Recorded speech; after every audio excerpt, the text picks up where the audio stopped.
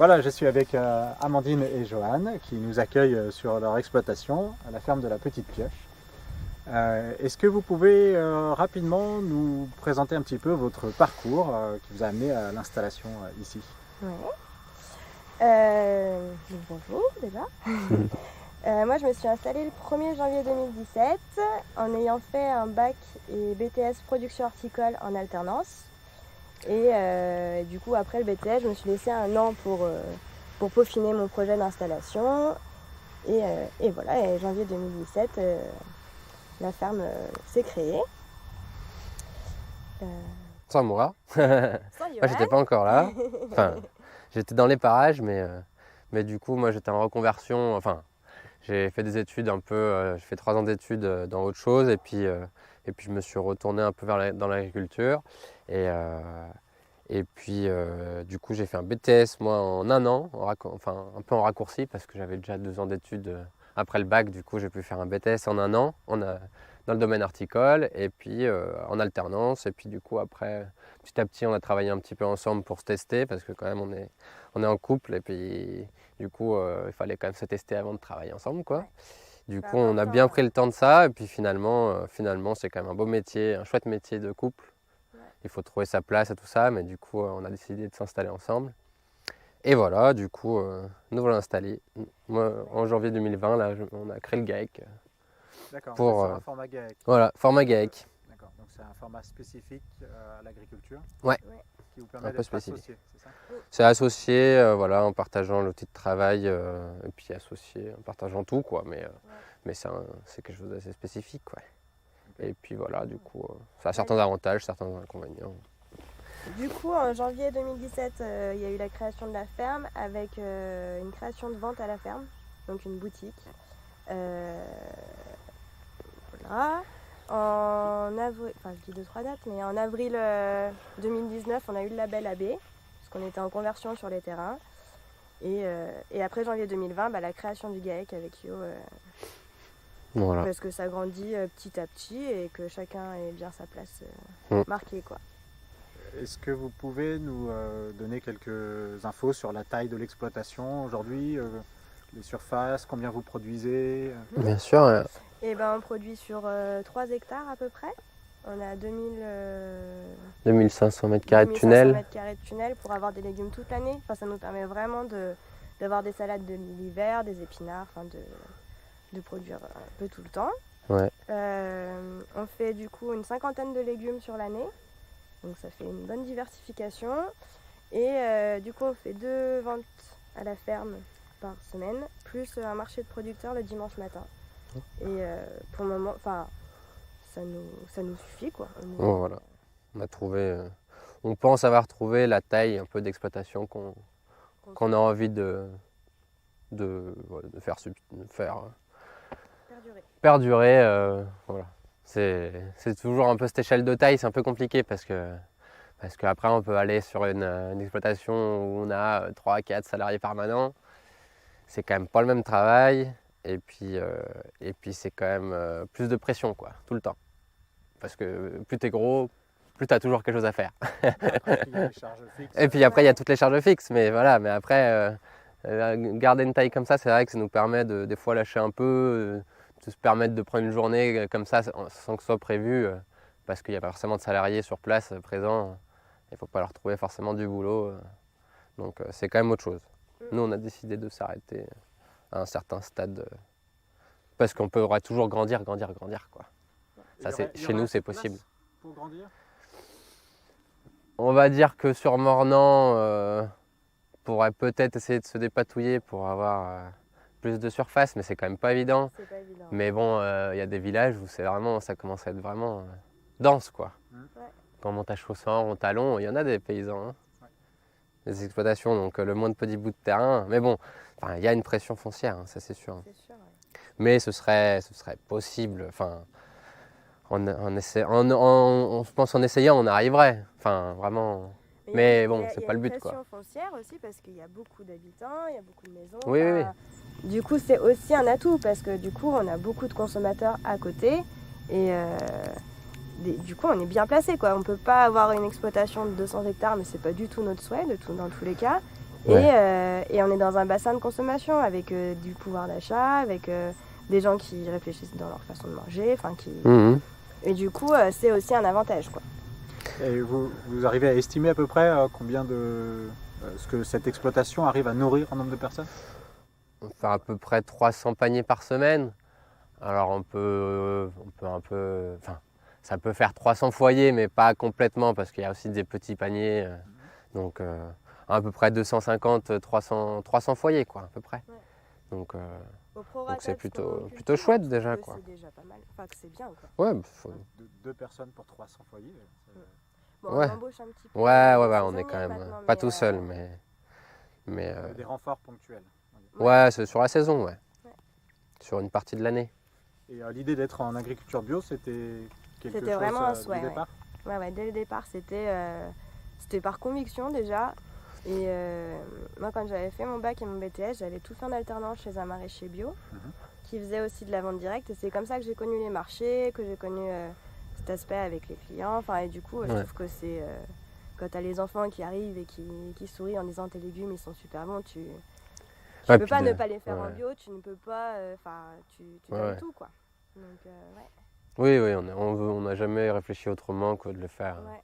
C'est, en légumes bio, c'est pas facile, mais c'est plus facile que des fruits bio, par exemple.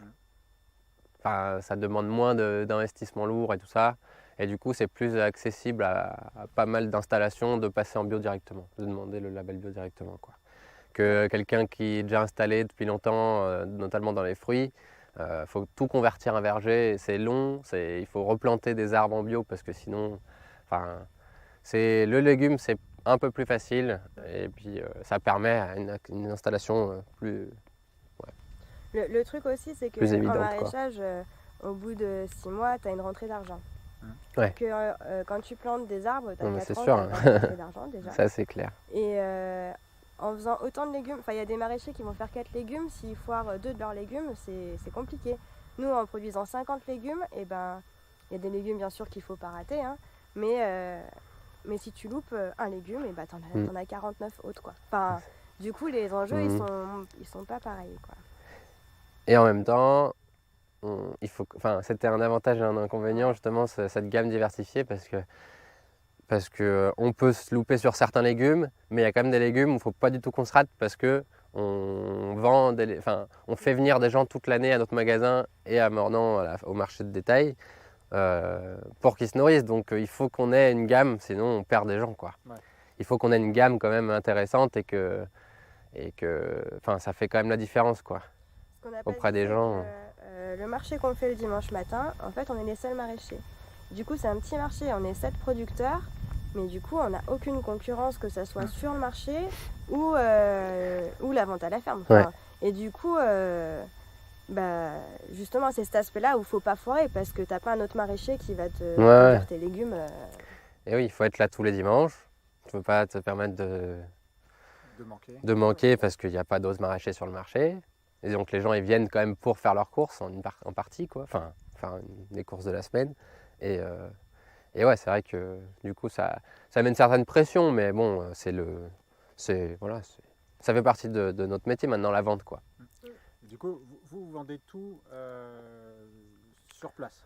Très très localement. C'est une chance aussi, ça. 1,3 km pour aller au village. Donc, 1 km, on est à 1 km de Mornan, le village où c'est marché. Ouais, du coup on est vraiment à côté et moi je trouve ça génial de tout vendre local. Enfin quand tu peux, hein, c'est pas... oui, mais... c'est là où d'autres régions ne sont pas forcément adaptées à ça.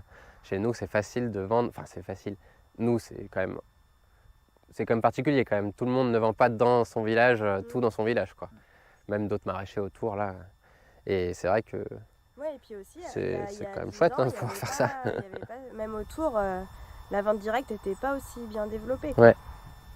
Ouais, donc l'inconvénient d'avoir une densité de population, c'est une relative difficulté à accéder à la terre, au foncier. Voilà, et puis l'avantage, c'est d'avoir les clients très proches. Ouais, voilà. Non, mais... Puis il faut quand même réussir à se démarquer aussi parce que après, ça arrive qu'il y ait des clients qui ne nous croient pas sur certains légumes qu'on fait parce qu'ils ne pensent pas que c'est possible ou parce qu'ils pensent. Et du coup, il faut se démarquer aussi face aux primeurs, face à d'autres, enfin voilà, face à la concurrence. Il y a quand même une forte, nous on le ressent pas maintenant, mais je pense que peut-être qu'on le ressentira plus tard. Et puis il y en a qui le ressentent déjà aussi, je pense, sur certains marchés, il faut réussir à se démarquer quand même. Ouais. En tant que producteur, pour dire, voilà, c'est nous qui produisons, parce que c'est pas toujours évident de faire croire ça aux gens, enfin de Parce que de le primeur, le convaincre, quoi. Pour être très clair, le primeur, c'est quelqu'un qui va acheter chez un grossiste et revendre Voilà, sur c'est les ça. marchés. Ça peut être un très joli métier, Ouais. si c'est expliqué et que si c'est pas, Oui, s'il n'y a c'est pas ça. quelque chose de faux là-dedans, c'est quand les gens ils commencent à dire qu'ils sont producteurs, quoi. Voilà, le primeur, il est commerçant. Ah, les Il commerçants, ouais. achète et il revend. Ouais, c'est ça. C'est ce qui fait la différence avec le producteur. Voilà, et puis il y en a qui produisent et qui revendent un peu, donc ça fait un peu la confusion. Mais si c'est dit, tout va bien. Non, Le problème, c'est là où... Il y a des choses où des fois il faut. Ici, on peut produire de la pastèque, on peut produire du melon, on produit de la patate douce. Il y a quelques années, on ne produisait pas de la pastèque, ou du melon. Et du coup, il faut expliquer aux gens que c'est possible maintenant, on prend des photos, on leur montre. On passe quand même du temps à vraiment communiquer. C'est aussi l'enjeu de la vente directe, c'est de communiquer avec ses clients, même les saisons, tout, c'est hyper important, quoi. Oui, ça fait partie de notre métier aussi, je pense. Et puis parce que tous les mois de juin, c'est pareil. Tous les mois de mai, juin, c'est pareil. On va passer.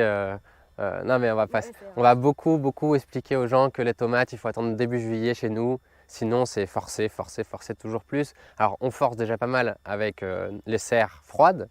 Rien que les serres, on arrive à forcer un peu la nature pour être un peu en avance sur certains trucs.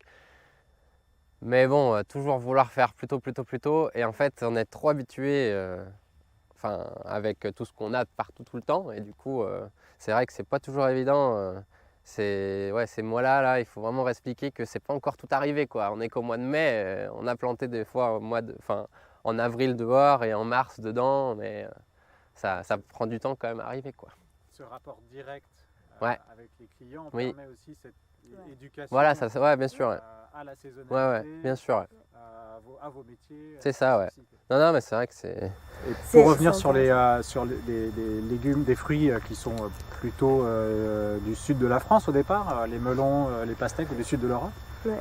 Aujourd'hui, qu'est-ce qui fait qu'on arrive à les produire ici? Est-ce que c'est les techniques ou des choses? Là, c'est la saison plus longue, les automnes plus doux. Puis la chaleur aussi. Les melons, ils n'avaient pas autant de goût il y a 6-7 ans. Hein. Ouais. Il a vraiment du goût. Je sais pas, 6-7 ans, je sais pas, peut-être, ouais. Mais... Oui, non, mais je veux dire... On a peut-être toujours fait dans notre région, mais dans les régions du Nord, ça commence à se faire, quoi. Ouais. Dans le Nord de la France, ils commencent à faire de la pastèque. Que nous, les choux, maintenant, ça devient de plus en plus compliqué. Ouais, il faut s'adapter aussi au climat. Il faut s'adapter avec le climat, avec... Ouais. Ça, oui, c'est quand même pas ça facile. Se décale, quoi. Puis en difficulté aussi, ce qu'on pourra... Enfin, là, nous, on a un réseau d'irrigation qui est assez important et qui permet à tout le bassin là, d'être irrigué. Parce que quand même, les fruits et les légumes, c'est 90% d'eau, quoi, comme plein de choses. Et du coup, c'est vrai que ça joue aussi beaucoup sur le visage du territoire. Je veux dire, le jour où il y a moins d'eau qui coule dans le Rhône, il y a moins d'irrigation. Il y aura plus de restrictions, moins d'irrigation, et je ne sais pas comment ça va faire. Mais on a quand même des grosses sécheresses, et puis ça s'accumule. On ne peut pas compter que sur la pluie, quoi. On ne peut pas compter que sur la pluie, parce que d'un coup il pleut beaucoup, il ne pleut pas pendant éternel. Puis nous, mais surtout, on ne peut pas faire de légumes sans eau, faut se le dire, quoi. C'est pas possible, donc... S'il n'y a plus d'eau, il n'y a plus de légumes. Avec toutes les techniques de paillage, de tout ça, c'est vrai que c'est l'eau. Ça vient aussi avec la chaleur et la sécheresse. Hein. Ouais. Donc vous avez besoin d'adapter à la fois la production et le savoir-faire. Ouais, ça bouge un peu chaque année. Ouais. Les dates de plantation. Les semis, on décale. Le type de légumes, c'est vrai que cette année, on a fait une belle année de choux, mais on décale au maximum pour qu'ils passent un peu moins de temps pendant l'été à lutter contre la chaleur et la sécheresse, parce que en fait, ça les fait végéter, et des fois on se retrouve avec des choux-fleurs comme ça, alors qu'on a passé un temps énorme à parce qu'il y a aussi d'autres problèmes qui font qu'on met des filets pour les insectes, parce qu'on n'a pas d'autre choix. Et du coup, mettre les filets, ça veut dire les enlever, les remettre à chaque fois qu'on vient biner. Enfin, c'est un peu... Enfin, ça coûte assez cher à produire, et derrière, si on a des choux-fleurs comme ça, ben, c'est pas possible, quoi. Super bien. Du coup, voilà. Cette année, on est content, mais c'est vrai que les autres années, il y a certains légumes où on doute un peu, quoi. On va peut-être laisser les Bretons plus tard faire les choux, et puis voilà. Non, parce que là, c'est vrai que Super. pas toujours évident. C'est bien.